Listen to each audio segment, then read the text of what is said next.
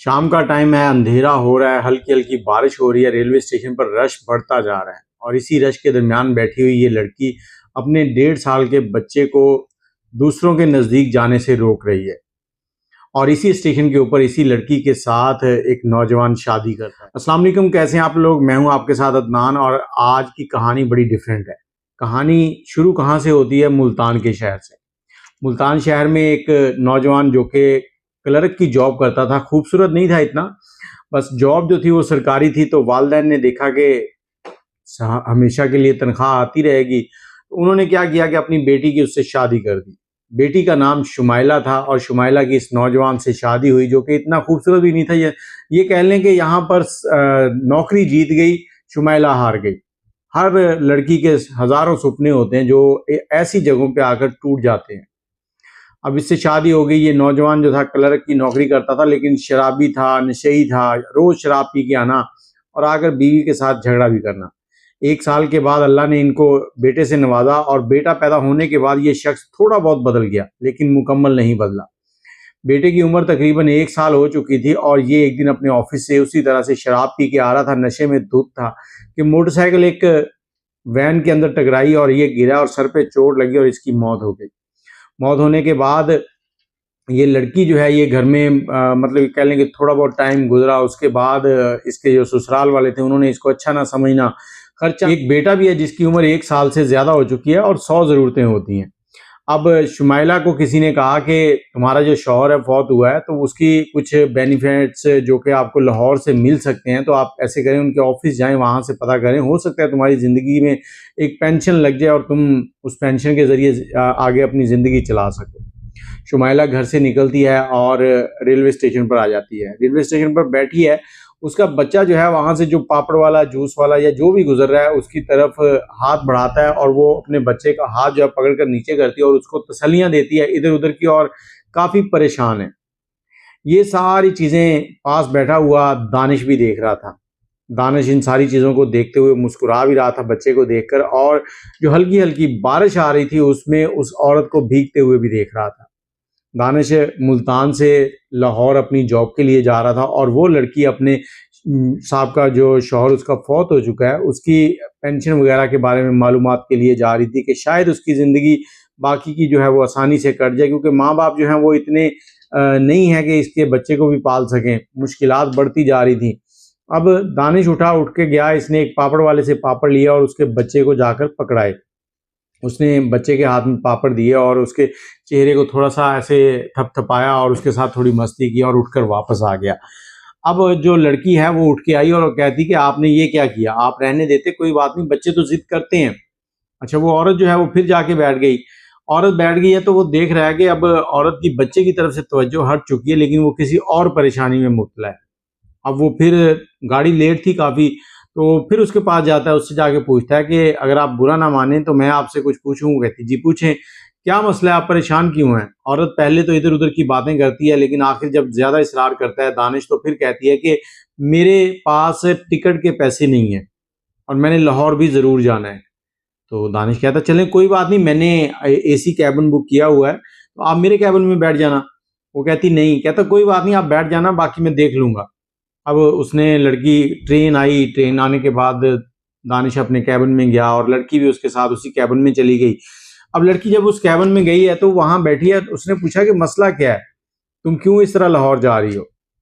अच्छे घर की लगती हो, सुलझी हुई हो, साफ हो, मतलब पढ़ी लिखी लग रही हो।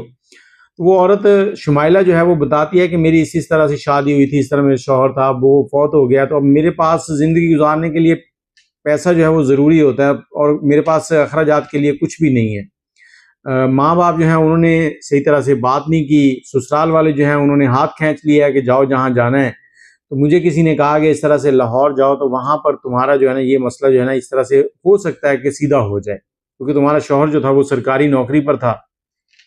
तो दानिश ने उससे जो एड्रेस था वो देखा, एड्रेस देखने के बाद कहता है कि जहाँ पर मैंने जाना है उसके नज़दीक ही ये ऑफिस है, तो चलें कोई बात नहीं, मैं आपको वहाँ छोड़ दूँगा। अब वहाँ पहुँचे हैं, सुबह हुई है, तो ऑफिस जो है उन्होंने दोपहर को 2 बजे के करीब का टाइम दिया हुआ था और ये सुबह 7 बजे लाहौर पहुँच गए। अब लाहौर पहुंचे हैं, औरत खड़ी है। दानिश ने कहा कि आप यहाँ परेशान ना खड़ी हो, नज़दीक ही मेरा क्वार्टर है, वहाँ पे चलते हैं, आप वहाँ पर रेस्ट कर लें, फिर शाम को मैं आपको वहाँ छोड़ दूंगा। अब लड़की हिचकिचाते हुए उसके साथ चली गई और उसके क्वार्टर में पहुंच गए। जैसे ही उसके क्वार्टर में पहुंचे तो वहां पर देखा कि कमरा साफ सुथरा था लेकिन बिखरा बिखरा सा था, क्योंकि जब अकेला बंदा रह रहा हो ना तो उसकी चीजें ऐसी होती, कुछ कहीं पड़ा कुछ कहीं पड़ा। तो दानिश जो है उसने अपने आप को फ्रेश किया और शावर लिया, और शावर लेने के बाद उसे कहता कि मैं सोने लगा हूँ कमरे में, वो किचन है, वहाँ पर ज़रूरत की सारी चीज़ें हैं, तुम जो चाहो पका के खा सकती हो। जैसे ही मैं उठता हूँ मतलब टाइम के मुताबिक मुझे जगा दीजिएगा, अगर मैं ना उठूँ दरवाज़ा नॉक कर दीजिएगा, या फिर मैं खुद ही उठ जाऊँगा तो मैं फिर आपको ले चलता हूँ। अब दानिश सो गया और वो लड़की वहाँ बैठी है, कभी उस दरवाजे की तरफ देख रही है जिसमें दानिश जिस कमरे में सो रहा है, कभी अपने बच्चे की तरफ, कभी अपनी तरफ, और कभी अपने रब की तरफ देख रही है कि मेरी कैसी किस्मत है, मैं कैसे दर दर की ठोकरें खा रही हूँ, मेरा शौहर जो कि नशेई था और मेरे लिए क्या छोड़ गया। जैसे ही टाइम हुआ तो दानिश जो है उसने शाइस्ता को साथ लिया और लेकर चला गया।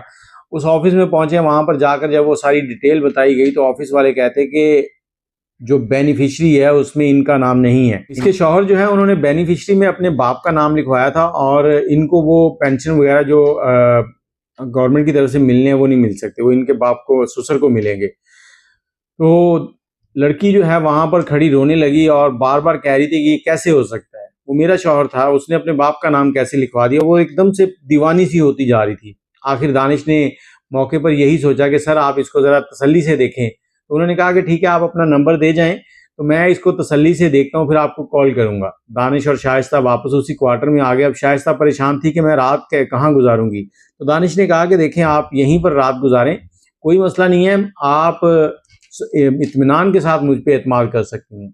अब शाइस्ता के पास और कोई चारा नहीं था एक एतमाद करने के सिवा। शाइस्ता वहाँ 2 दिन रुकी। 2 दिन के बाद क्लर्क की कॉल आती है और वो कहता है कि मैंने पूरी डिटेल चेक की है, इनके शौहर के जो बकायाजात थे, जो भी उनके मरासात थे, वो उसके फादर जो हैं, इसके ससुर जो हैं वो ले जा चुके हैं, अब यहाँ पर कुछ भी नहीं है। तो लड़की परेशान, और दानिश ने कहा कि देखो ये हो सकता है कि अगर तुम ये केस कर दो तो हो सकता है अदालत के ज़रिए तुम्हें कुछ ना कुछ रिलीफ मिल जाए। तो केस करने के लिए अदालत गए, वो सारी सिचुएशन चलती रही और इसी दौरान 7 से 8 दिन गुजर गए। 7 से 8 दिन गुजरे तो पता चला कि अदालत से भी कुछ नहीं मिलेगा। अब लड़की परेशान थी और दानिश एक सोफे के ऊपर बैठा, कभी उस बच्चे को देख रहा था, कभी उस लड़की को देख रहा था और मुस्कुरा रहा था। एकदम से दानिश ने कहा कि शाइस्ता मैं तुमसे कुछ कहना चाहता हूँ। शाइस्ता कहती जी बोलें। तो कहता कि देखो हम दोनों 7-8 दिन से यहाँ रह रहे हैं, तो क्या इस रिश्ते को कोई नाम ना दे दिया जाए। शाइस्ता परेशान होगी कि ये क्या कह रहे हैं। कहता देखो मैं आपसे शादी करना चाहता हूँ, आप मुझे बहुत अच्छी लगती हैं। शाइस्ता कहती है कि देखें आप पागल तो नहीं हो गए, मैं एक बेवा हूँ, मेरे पास 1.5 साल का बच्चा है, तो आप मुझसे शादी करना चाहते हैं।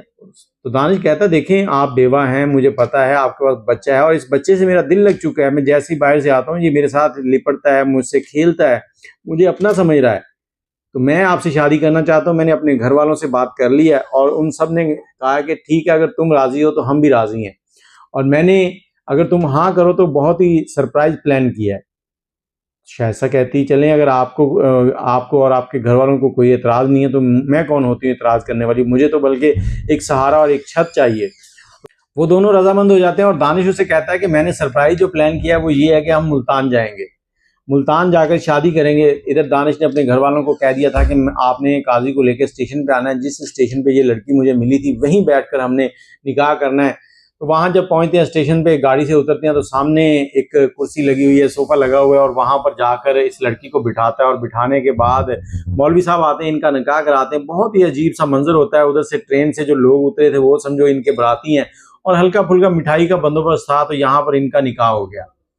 अब ये कहानी आपको सुनाने का मकसद ये है कि ज़िंदगी में कभी भी आपको मायूस नहीं होना चाहिए, क्योंकि अल्लाह ताला की ज़ात जो है ना वो पता नहीं कहाँ कहाँ से वसीले पैदा करती है। आपके वहमो गुमान में भी नहीं होता कि आप कैसे काम करेंगे और वो काम हो जाता है। इसी तरह से शाइस्ता के साथ हुआ, उसके नसीब में दानिश आ गया और इन दोनों ने हंसी खुशी अपनी ज़िंदगी गुजारनी शुरू कर दी। तो अल्लाह ताला सारी बेटियों के नसीब अच्छे करे और एक बात कहता चलूं कि अक्सर क्या होता है कि जब हम देखते हैं कि कोई गरीब लड़का है लेकिन शरीफ है, तो लोग कहते हैं कि उसके पास है क्या। लेकिन अगर हम देखते हैं कि कोई अमीर है और किसी सरकारी नौकरी पर है, चाहे वो शराबी है, नशेई है, तो फिर हम पता क्या कहते हैं, अल्लाह हिदायत देगा। ये दोहरा म्यार अपनाना छोड़ दें, अपनी बेटियों को बेटियां समझें, भेड़ बकरियां ना समझें। और अगर कभी आपसे कोई बेटी का रिश्ता करते वक्त किसी लड़के के बारे में कोई राय मांगे, तो राय सही दिया करें, ना कि उस लड़के की तरफदारी किया करें। जो कुछ है वही बताया करें, और इसी तरह से लड़की के बारे में भी, ताकि किसी फैमिली की ज़िंदगी खराब ना हो। मुझे इजाज़त दें। अल्लाह हाफिज़।